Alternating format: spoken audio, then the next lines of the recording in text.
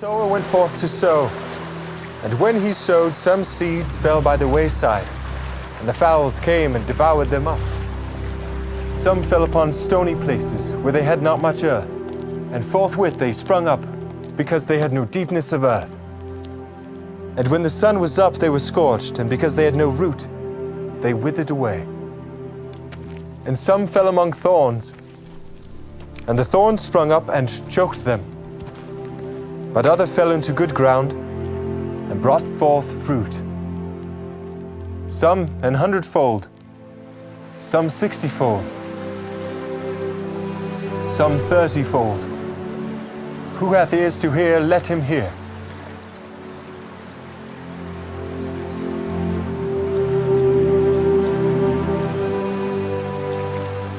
Why speakest thou unto them in parables?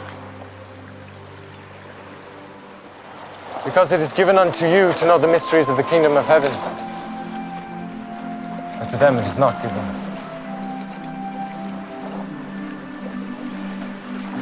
For whosoever hath, to him shall be given, and he shall have more abundance.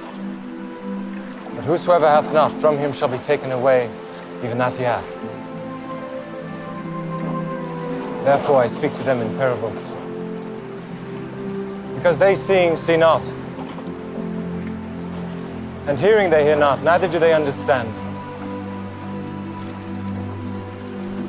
And in them is fulfilled the prophecy of Esaias, which saith, By hearing ye shall hear, and shall not understand. And seeing ye shall see, and shall not perceive.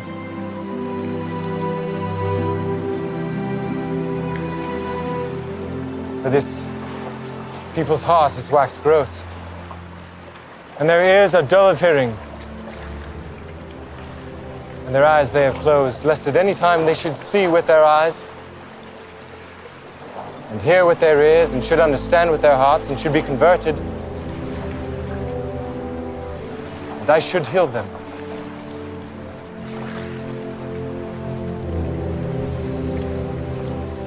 Blessed are your eyes, for they see, and your ears, for they hear. For verily I say unto you that many prophets and righteous men have desired to see those things which ye see, and have not seen them, and to hear those things which ye hear, and have not heard them.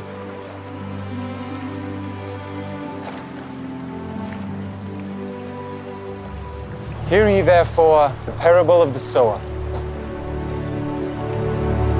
When anyone heareth the word of the kingdom, and understandeth it not, then cometh the wicked one, and catcheth away that which was sown in his heart. This is he which receives seed by the wayside.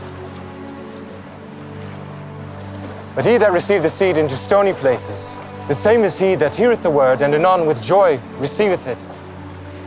Yet hath he not root in himself, but dureth for a while. For when tribulation or persecution ariseth because of the word, by and by he is offended. He also that receives seed among the thorns is he that heareth the word, and the care of this world and deceitfulness of riches choke the word, and he becometh unfruitful. But he that receives seed into the good ground is he that heareth the word and understandeth it, which also beareth fruit, and bringeth forth some 100-fold, some 60, some 30.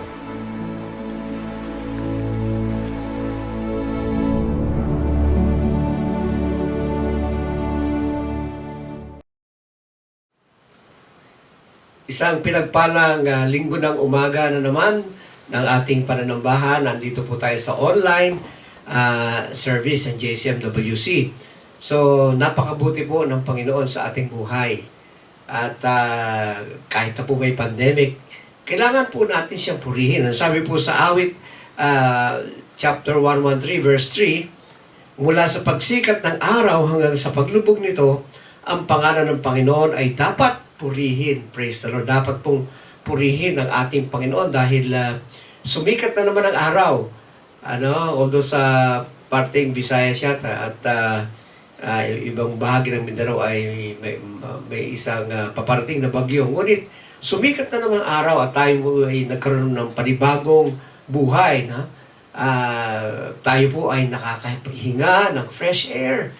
Samantalang marami pong nakakalungkot, marami pong may sakit na ang kanilang paghinga ay sa pamamagitan ng oxygen na napakamahal sa ospital. Ang iba po ay naka-intubation pa. At napakabuti ng Panginoon because He supply all our needs according to His glorious riches in Christ Jesus. So, maaaring ang pandemic pong ito ay isang wake-up call. Nalilihis na po ng landas sa mga tao. So, pinangyayari niya po ang pandemic na ito upang ang tao ay magsisi sa kasalanan, lumapit sa Kanya, magpakumbaba, at hanapin ang Kanyang kalooban. At upang tayo ay Kanyang patawarin, pagalingin ang ating physical at spiritual na karamdaman. At higit sa lahat, nais po ng Panginoon na magkaroon tayo ng kaligtasan ang buong sanlibutan. So, napakabuti po ng Panginoon. Nais siya po na bigyan tayo ng buhay na walang hanggan at buhay na kasiyasiya. Ayan. So, praise God, at hindi lamang po yun, ang sabi po sa 1 Peter chapter 3, verse 12, ang mga mata ng Panginoon ay nasa matuwid, at ang kanyang mga tainga ay bukas sa kanilang panalangin. Praise the Lord, So, hindi po tayo kailangang matakot o mangamba sa pandemic na ito dahil ang Diyos ang nagbabantay at nag-iingat sa atin. So, bago po tayo magpatuloy, tayo po muna yumuko at manalangin.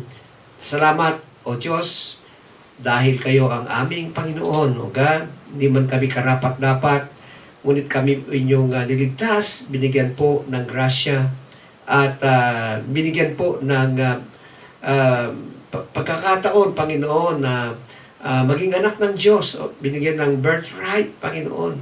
Binigyan niyo po kami ng pag-asa sa buhay na ito. At pag-asa hindi lamang sa buhay nito, kundi sa buhay na walang hanggan. Kaya salamat, Panginoon, ituro niyo po sa amin ang kalaliman ng iyong salita. Nawa ang iyong salita ay maintindihan ng bawat isa. At ito po ay ipamuhay namin, O God, upang kami po ay magtagumpay sa lahat ng bagay. At kami po ay tumibay ang pananampalataya. Nais yung bawat isa ay maitanim sa mabuting lupa, sa matabang lupa, upang sumagana ang aming pananampalataya higit sa lahat. Kaya salamat, Panginoon, samahan niyo po kami. Banal na Espiritu, kayo po manguna, Panginoon, at Panginoong Jesus, itago niyo po ang inyong lingkod sa inyong cross, Panginoon, upang ang inyong kadakilaan ang maitangal sa mensaheng ito. Salamat, O Diyos, may aming samot dalangin sa pangalan ni Jesus. Hallelujah. So, ang pagbagat po ng ating mensahe ngayon ay isang tanong. Ang tanong po nito ay, ano po ba ang kondisyon ng inyong puso? What is the condition of your heart? Hindi po ibig sabihin ito ay tayo po ay magpapa-ECG o di kaya 2D echo upang malaman kung tayo po ay may sakit sa puso o wala. So dito po sa pag-aaral na ito ay upang turuan tayong malaman nasaan ba yung kondisyon ng ating spiritual heart o yung ating kaluluwa. Ito ba'y healthy o ito ba'y nangangailangan ng paggamot, So ang topic na ito, ang message ito ay ibinigay ng Panginoong Hesus sa pamamagitan ng isang parable, At pinakita rito ang apat po na kondisyon ng puso o spiritual heart ng tao.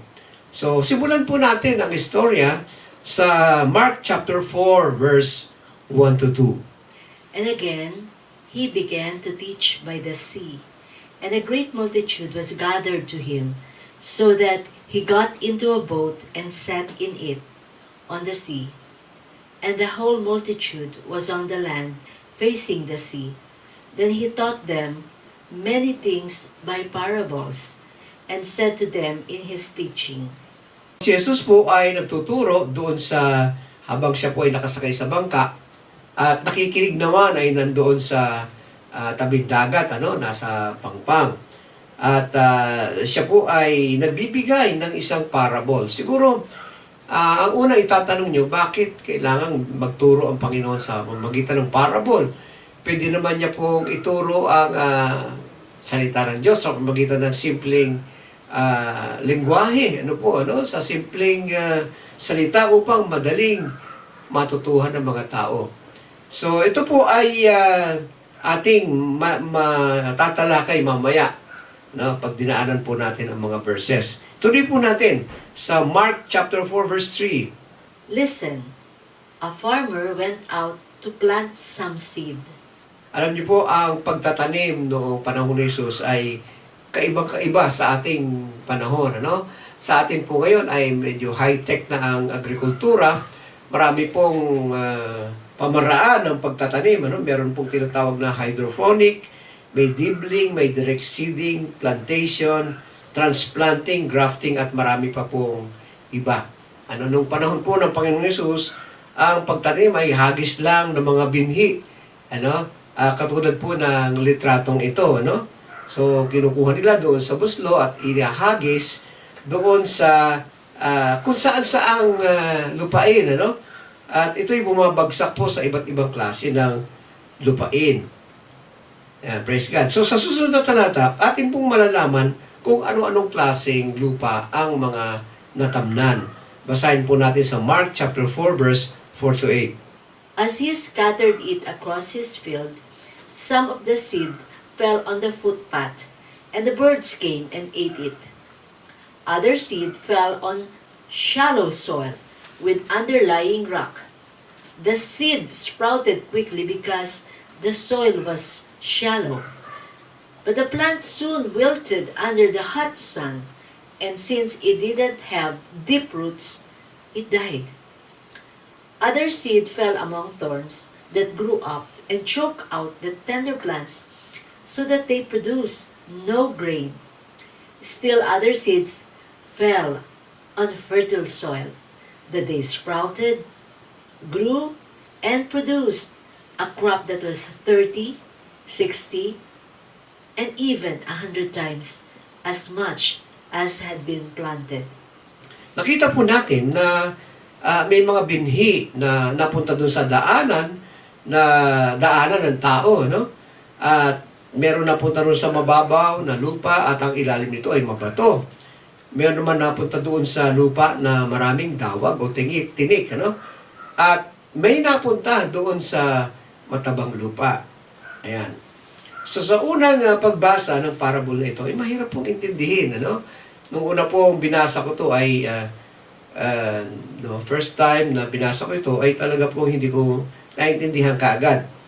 At kung magsasaka man kayo ay maaring maintindihan nyo, pero yung spiritual meaning ay hindi po madaling intindihin, Kaya basahin po natin sa Mark chapter 4 verse 9. Then he said, anyone with ears to hear should listen and understand.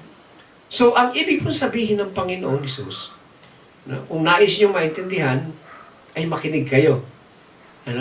So, ang pakikinig po nito ay hindi pagbabasa lamang, Ang pakikinig na tinutukoy ng Panginoong Hesus ay yung pagtatanong sa Kanya at bibigay niya ang kasagutan.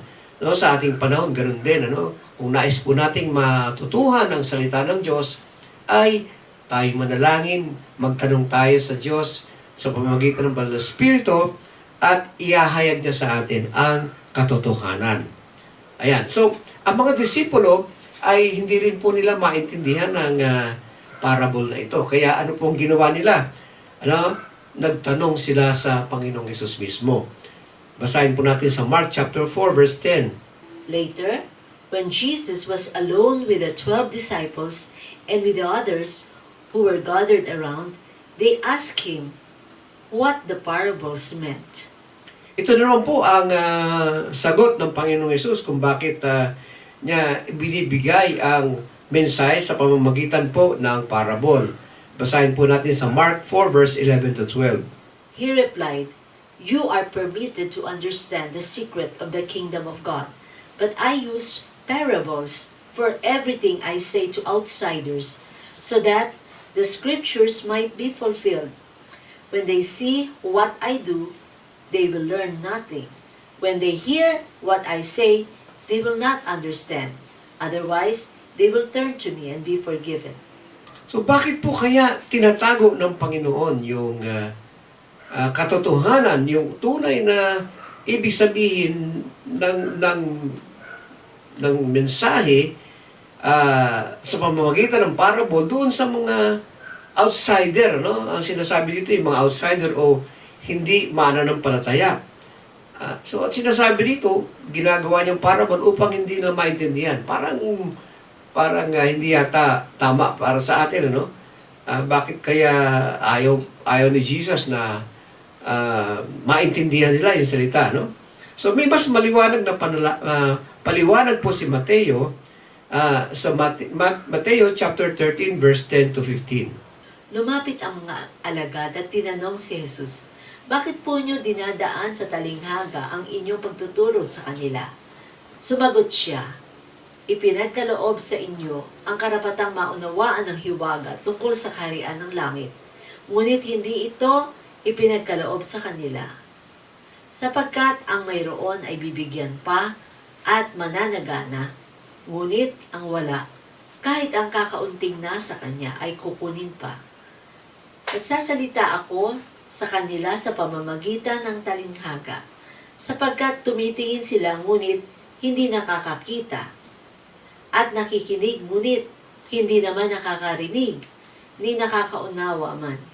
Natutupad nga sa kanila ang propesiya ni Isaias na nagsasabi, "Makinig man kayo ng makinig, subalit hindi ninyo mauunawaan kailanman. At tumingin man kayo ng tumingin, subalit hindi rin kayo makakakita kailanman. Sapagkat naging mapurol na ang isip ng mga taong ito, mahirap makarinig ang kanilang mga tainga at ipinikit nila ang kanilang mga mata.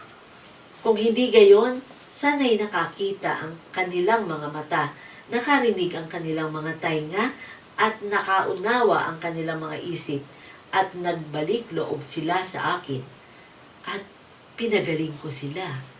So anong ibig sabihin po ng dalawang talatang ito, no? Tingnan niyo po ang isang retrato. Yan. Kung kayo po ay magbabahagi ng salita sa ganitong klaseng tao, no? Ay maintindihan kaya niya ang inyong binabahagi. Makita natin na siya ay nagtatakip ng tainga at nagtatakip ng mata, ano? Ibig sabihin po ay may kasabihan nga tayo, no? Sarado at kandado. Kahit na mag-explain kayo kung sarado sa isang relihiyon ang taong yon, no? Ay hindi kayo pakikinggan. O di kaya isang pilosopo, o di kaya ay isang panatiko, no, sa isang relihiyon, at talagang iginigit niya yung kanyang paniniwala. So hindi tayo pakikinggan kapag ibinahagi po natin ang salita ng Diyos. So pati po ang mga Pariseo, no, nakita po natin, sumusunod sila kay Jesus, kahit saan magpunta si Jesus, at sila po ay nakikinig, nakikinig sila ng kanyang mga turo. Ngunit, hindi po, ang layo nila, hindi po upang matuto. O di kaya ay isa pamuhay ang salita ng Panginoon, kundi ang nais sila ay may makitang mali sa kanyang sinasabi, at upang siya ay arestuhin at ipapatay sa mga Romano. So iba yung kanilang motibo, Kaya nga po, sila po ay blind guides, sabi talagang bulag po sila, hindi makaintindi. Kahit po yung mga Hudyo, may panahon na sumusunod sa kanya yung mga Hudyo, at noong hindi na nila maintindihan yung paliwanag ng Panginoong Hesus sa isang parable, ay nagsiuwian sila, yung pala sinabi ng Panginoon, kaya lang kayo sumusunod sa akin ay dahil nakakakain kayo, So ang kanilang pagsunod pala ay hindi upang malaman ang salita ng Diyos, kundi dahil sa mga material na bagay na nakukuha nila sa Panginoon. Ayan, ano? So, minsan ay ganun din sa ating panahon, ano? Sa church, no? Sa maraming churches, ano? Hindi po priority ang pakikinig ng salita ng Diyos. Marami nagpupunta sa church upang makita-kita ng mga tropa at pagkatapos ng service ay magbabanding, ano? Hindi po masama yun, pero yun ang nagiging reason kung bakit po nagkakaroon ng fellowship, ano? Dahil may kainan after service, kaya nga po nagpupunta dahil maganda ang tugtugan at awitan at dahil iba ay obligasyon na lamang, kaya sila po ay nagpupunta sa church, ano? So, dahil po wala silang interest, no? Hindi priority ang pakikinig ng salita ng Diyos, ano? Itinatago ng Panginoon sa kanila ang katotohanan. Kaya po hindi nila maintindihan ang mensahe, no? Ngunit doon po sa nasa inside, ano? O doon sa tunay na born again Christian ay binubuksan po ng Panginoon ang kanilang spiritual eyes and ears upang maintindihan po na nila ang katotohanan, ano? Ano po, ito po ang mga nakakaintindi ay yung nagpapakumbaba, meron po silang pusong nais magpaturo.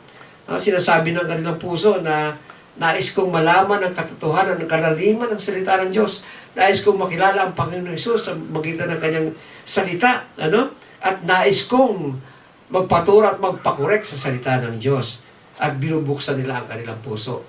Ganito po ang mga tao kung saan ang Panginoon ay nagre-reveal. Ano? Nagre-reveal siya sa mga taong ito. Kaya naintindihan po nila ang salita ng Diyos, ano?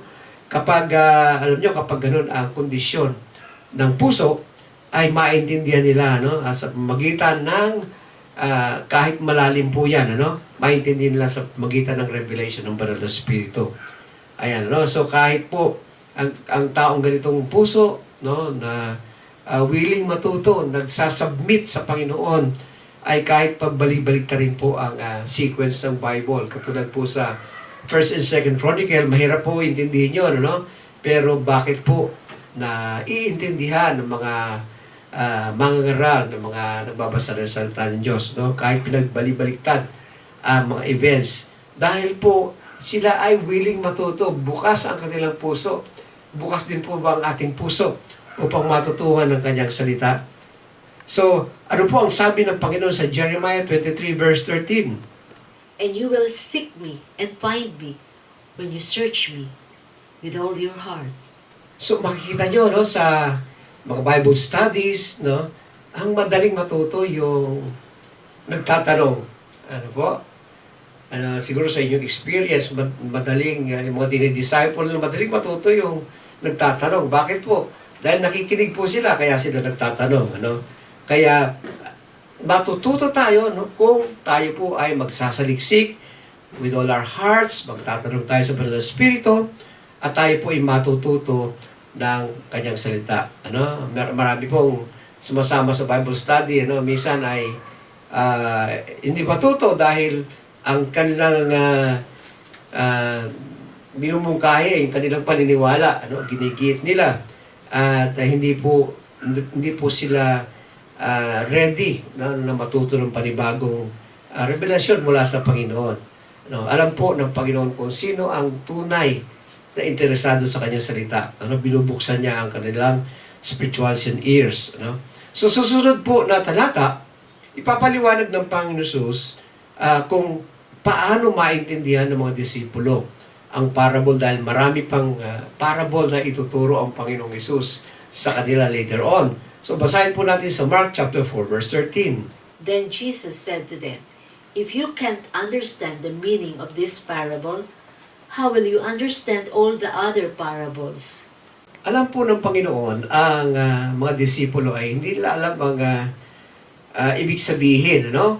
At hindi nila alam i-interpret. Kaya dito po, nagbigay po ng prinsipyo ang Panginoon sa kanila. Sabi niya na dapat maintindihan nyo ito. At kapag naintindihan nyo ang parable na ito, maintindihan nyo lahat ang mga susunod na parable na ituturo ko pa. Ano po ang ibig sabihin nito, no? Makita po natin doon sa mga parable ni Jesus ay pagkatapos niya sabihin ng parable, katulad nito, ay ini-explain niya sa mga disipulo ang ibig sabihin, no? At sa magitan ng kanyang paliwanag ay naintindihan nila ang ibig sabihin ng parable. So, ganun din po sa ating panahon, no? Kapag hindi po natin naintindihan ng mga talata, ang salita ng Diyos, lalo po ang mga parable, ano po ang ating ginagawa? Tayo po ay nananalangin, tayo po ay nagtatanong sa Panginoon, tayo po ay nagsasaliksik, nananalangin tayo sa Banal na Espiritu, bigyan po tayo ng mga divine revelations. At pagkatapos po natin gawin yun, at tayo po ay nagugulat, nalalaman po natin ang katotohanan. No? So in the same way, no, sa mga susunod na mga parables at mga verses na mahirap intindihin, ibinibigay po sa atin ang kaalaman ng Banal na Espiritu. So yun po ang ibig sabihin ng Panginoong Hesus sa passage na ito. So pakinggan po natin ang paliwanag ng Panginoong Hesus patungkol doon sa ibig sabihin na. Ano?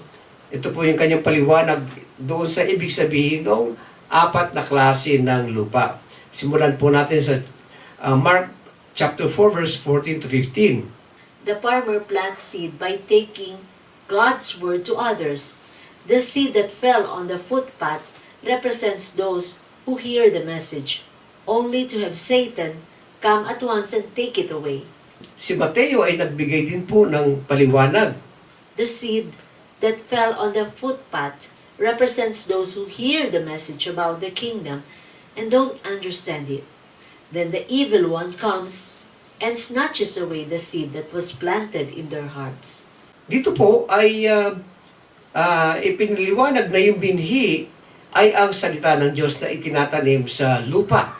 Yung lupa ay yung ating puso na tinatamnan ng salita ng Diyos. So yung mga binhi po na nahulog sa kalsada ay ninakaw ng dyablo. Tinuka ng ibon, ninakaw ng dyablo. Na kaya po hindi tumubo yung salita sa puso. No? Sino man po ang magsasaka na magtatanim doon sa daanan na tatapak-tapakan ng mga tao at mga hayop. Ano? So wala po sigurong ganun na magsasaka. No? Dapat po itinatanim ang binhi doon sa hindi magagalaw, hindi ma-disturb. Ano, ang iba nga po ay nilalagyan pa nila ng bakod upang hindi makapasok, hindi ang mga tao at mga animals, ano, upang hindi po masira yung mga kanilang pananim. Ano. Dito po ay may kukumpara po to sa isang nakapakinig ng salita ng Diyos. Ano. Nakapakinig sila, ngunit binaliwala nila yung salita ng Diyos. Isinantabi lang nila. Maaring nag-take note sila, pero pagdating sa bahay ay isinantabi lang, nandun na lang, hindi niya pinag-aralan ng gusto at hindi po niya ipinamuhay. Kaya ninakaw ng kaaway na wala ka agad. Siguro magtanong kayo doon sa isang kapatiran. Oh, Brad, sis, ano yung message kanina? Hindi ko alam eh. Nakalimutan ko na. Yun, ninakaw po ng kaaway. So, nais ko pong tawagin ang pusong ito na wayward heart. Wala po siyang pag-iingat sa salita ng Diyos. Careless. Wayward. Hindi po niya priority ang salita ng Diyos. So, yun po yung unang klase ng lupa o yung klase ng puso na tinatamnan. Ang susunod po ay basahin natin sa Mark chapter 4 verse 16 to 17. The seed on the rocky soil represents those who hear the message and immediately receive it with joy. But since they don't have deep roots, they don't last long. They fall away as soon as they have problems or are persecuted for believing God's word. Ito naman po ay nakapakinig ng salita ng Diyos. Siya po ay naging excited. Siguro na-realize niya, masaya pala dito sa church. May kainan after service. Masaya ang tugtugan, mga nakangiti ang mga tao. Masaya ang praise and worship. may handaan pag birthday, at may mga regalo kapag Christmas party. Ngunit, excited siya, ngunit dumating na ang mga pagsubok, na wala ng mga blessing, hindi siya nakatanggap ng mga blessing, ay siya po ay na-discourage na, nanghina na, at bandang huli ay nawala na sa church. Yung kanyang excitement ay nakabase lang pala doon sa circumstances, o sa mga bagay-bagay. Hindi po nakabase ang kanyang pagdalo, ang kanyang pananampalataya doon sa salita ng Diyos. Kaya nga po, nung dumating ang pagliliglig, ay siya po ay nabuhay, nadapa, siya po ay nawala ng gana, nung siya ay nagkaroon ng pagliliglig sa kanyang buhay. Nais ko pong tawagin ng pangalawang pusong na ito na shallow heart, natanim po siya sa mababaw na lupa, at rocky yung ilalim. Ibig sabihin na hindi makapenetrate yung kanyang roots, hindi po ilalim, hindi lumalim ang kanyang ugat dahil nga po mabato. Ayan po, so ang kanyang pananampalataya ay mababaw lamang, superficial Christian, skin deep. Dumating yung pagliliglig, ayaw na. Praise God. So, ang pangatlo po ay basahin natin sa Mark chapter 4 verse 18 to 19. The seed that fell among the thorns represent others who hear God's word, but all too quickly the message is crowded out by the worries of this life, the lure of the wealth, and the desire for other things, so no fruit is produced. Sa litratong ito ay hindi po tutubo o hindi lalaki ang binhi, yung tanim, dahil po siya ay nasasakal ng mga tinik o yung tinatawag ng mga dawag, o mga weeds, So, ang kondisyon nitong puso ito ay tatawagin ko pong overcrowded heart. Papasok ang salita ng Diyos sa pusong ito, ngunit walang papansin sa kanya. Para bubang sa pagpasok ng salita ng Diyos, anybody home? Pero wala pong papansin sa kanya, Puro kabisihan na nasa crowded ang puso, Andon ang kabisihan sa career, sa pagpapayaman, sa sobrang pagtatrabaho, at kahit na ang pananambahan ay nakakalimutan, at busy sa entertainment, sa game, shopping, social media, social activities, at marami pa pong pinagkakaabalan. Kaya po, sakal ang salita ng Diyos, hindi po lalago. At bandang huli, alam naman natin na yung binhi na yun ay mamamatay. Dahil overcrowded ang puso, walang puwang ang salita ng Diyos. Mas pinapahalagahan ng taong ito, ng pusong ito, ang mga alalahanin sa buhay.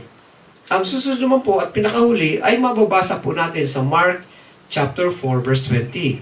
The seed that fell on good soil represents those who hear and accept God's word and produce a harvest of 30, 60, and even 100 times as much as have been planted. Ito po yung puso na nais ng Panginoon na magkaroon tayong lahat. Amen. Nais ko pong tawagin ito na submissive heart. Ang binhi ay naitanim sa matabang lupa. Yung salita ng Diyos ay natanim sa mabuting lupa, at kapag mataba ang lupa, mabuti, walang hindi matigas, ito po ay tutubo, lalago, at lalalim ang ugat ng binhi. Katulad po nitong carrots, nakita nyo, kapag mabato at madawi ang lupa, ay hindi po ito lalalim, hindi po ito tutubo. Ayan, madaling tamnan po ng salita ng Diyos ang puso na mapagpakumbaba, nagpapaturo, laging nauuhaw sa dilig ng salita ng Diyos. At siya po, ang puso ito ay nagpapabungkal sa mga nagdi-disciple o mga leaders.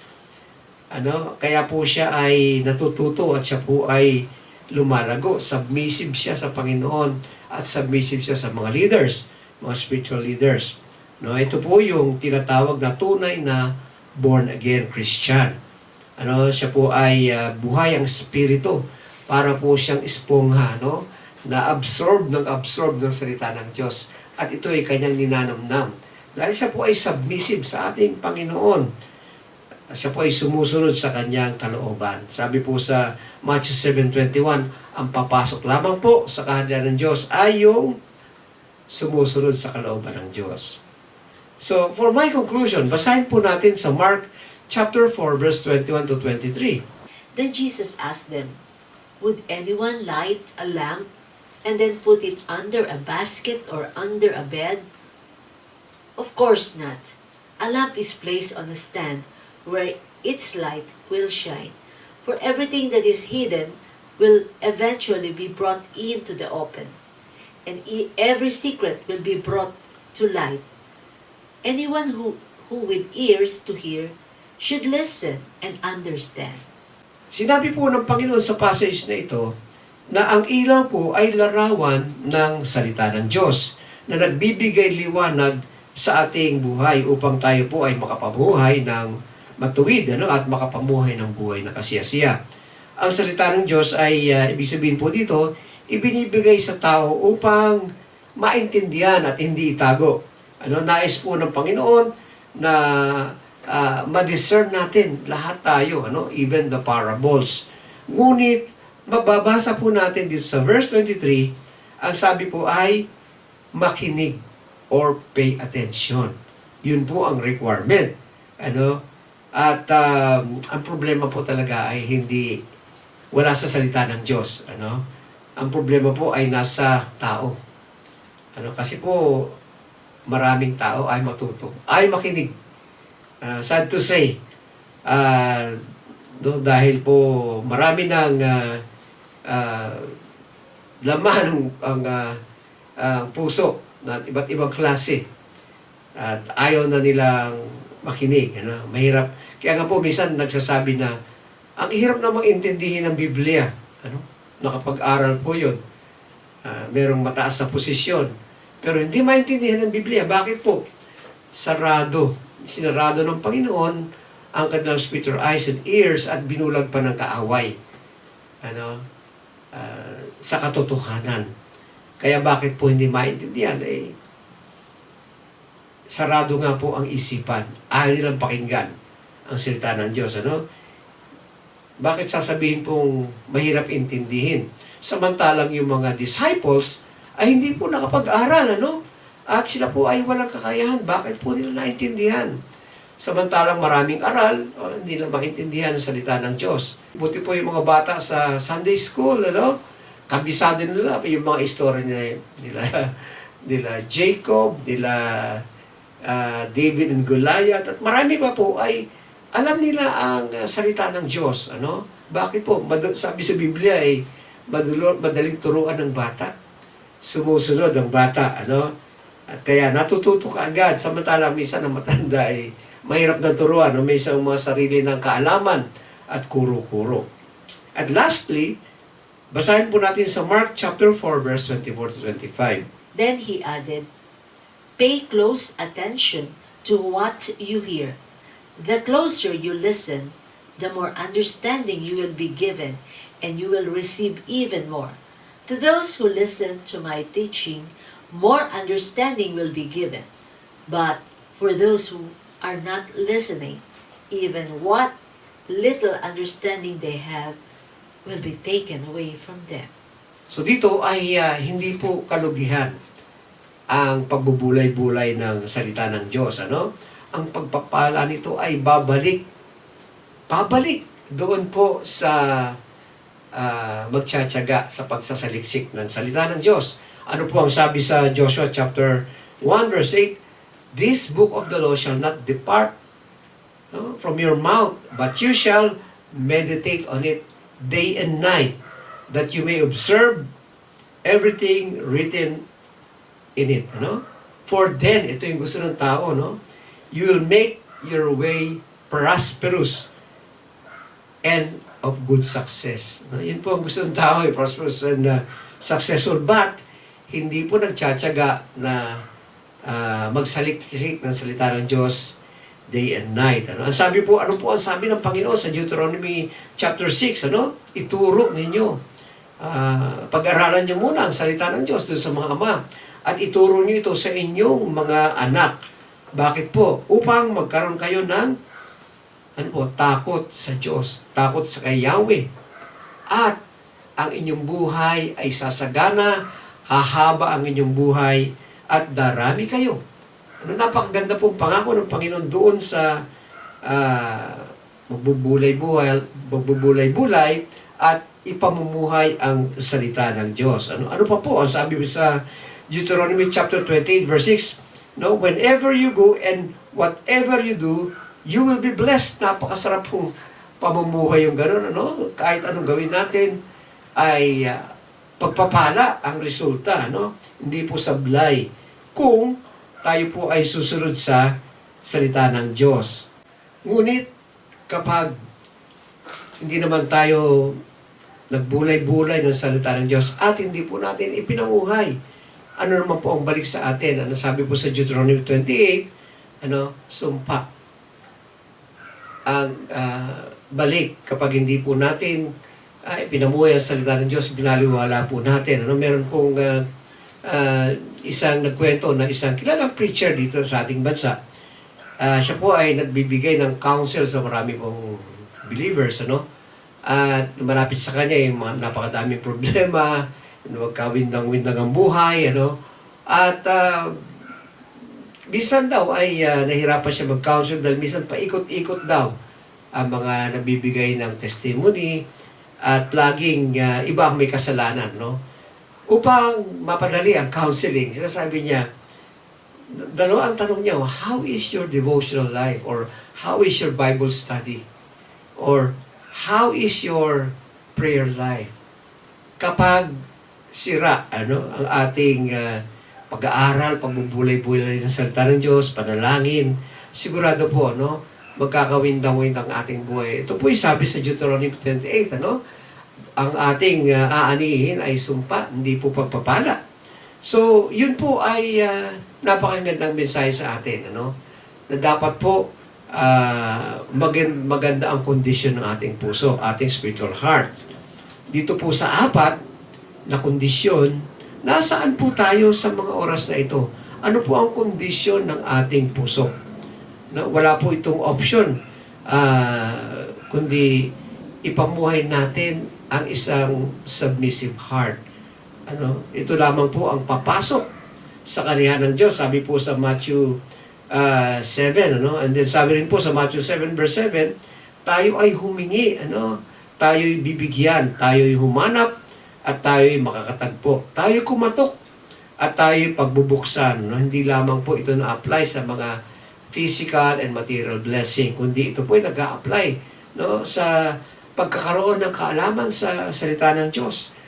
Habang tayo po ay humihingi ng revelation, binubuksan ng Panginoon ang understanding natin.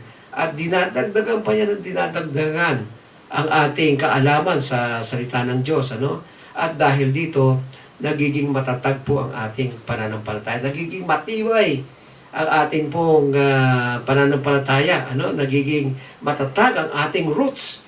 Lalalim at lalalim tayo sa ang ating pundasyon ng salita ng Diyos. Maaring sa ngayon ay maliit pa ang ating pananampalataya, parang tayong mga tanim pa lamang, ngunit kapag ito po ay naitanim sa matabang lupa, ito po ay nadiligan, nabungkal ng salita ng Diyos, alam niyo po, ang maliit na tanim nito ay magiging malaking puno at magkakaroon po ng matibay at malalim na ugat. At kapag nag-mature na ang mga ugat na yun, makita niyo sa litratong ito, kaya niyang tibagin ang napaka-tibay na konkreto. Yung ugat na yon. At pati ang matigas na bato ay kaya niyang i-penetrate at i-break ng ugat na matibay. So, kahit na po ano ang bigat ng ating problema, mga kapatid. Kung matibay ang ating pananampalataya, kung maalalim ang ating roots, kung tayo po ay nakatanim sa mabuting o saganang lupa, no? Sa hindi madawag, hindi mabato, at hindi congested heart, na mga alalahanin, tayo po ay magkakaroon ng pananampalataya na ganap. So, praise God, So, kung meron pa sa atin na nandun sa comfort zone, umalis na po tayo, no? Kung wala tayong gana magsaliksik ng salita ng Diyos, alisin na po natin yung habit na yon, no? Tayo po ay magsaliksik. Alalahanin po natin yung sabi ni Joshua, no? Kung tayo po ay mag-meditate ang salita ng Diyos day and night, we will be prosperous and successful. Hindi lamang po ito sa material na bagay, no? We will be prosperous and successful sa ating health, sa ating relationship, sa family, sa ating business, saan man anumang bagay na ginawa tayong steward ng Panginoon, pagpapalain yan. We will be prosperous and successful, will progress in the kingdom of God. Kung tayo po ay nakatanim sa matabang lupa at tayo po ay nadidiligan, nabubungkal ng salita ng Diyos. So, salamat po sa inyong pakikinig at nawa ay makatulong ang mensaheng ito sa ating kalaguang spiritual at even sa physical din. Tayo po'y manalangin. Salamat, Panginoon, o God, sa inyong mabuting binhi na naitanim sa bawat puso sa pamamagitan ng mensaheng ito. Nawa ang binhing ito, Panginoon, ay lumalim ng lumalim, magkaroon ng tibay. Panginoon, palambutin niyo po ang mga puso ng mga nakikinig ngayon, O God, upang i-absorb, Panginoon, freely ang salita ng Diyos. Lord, gawin niyo po ang mga puso na madaling turuan, Panginoon, madaling i-shape, Panginoon, O God, dahil ito po ay malambot. Kaya, ibinibigay ko po sa inyong bawat puso na nakikinig ngayon. It's not by might nor by power, but by your Spirit magagawa po ito upang matupad po ang inyong pangako, Panginoon, na kami po ay mamumuhay ng buhay na kasiyasiya, Panginoon. Dahil ang salita ng Diyos ay buhay. Kapag ito po ay in-apply sa aming buhay at ito po ay isang kapangyarihan. O God, salamat po, O Diyos, sa umagang ito, nawa ang bawat isa, Panginoon, ay inyong pagpalain, ingatan, lalo sa pandemya ito, at magkaroon po, Panginoon, ng higit na malalim na relasyon sa inyo. Habang kami po ay nasa aming mga tahanan, Panginoon, at nasa MECQ, kayo po ang gumalaw sa bawat tahanan at maging pagpapala ang inyong salita sa mga online, O God, sa mga churches na gumagawa ng ganitong mga online na messages, O God. Kaya, nagpapasalamat po ako, Panginoon, sa inyo kung binabalik ang lahat ng papuri, pagsamba, at mataas sa kalulatian. Ito po'y aking samot dalangin na pinagpala ang bawat isa na nakinig. Sa pangalan ni Jesus, Amen.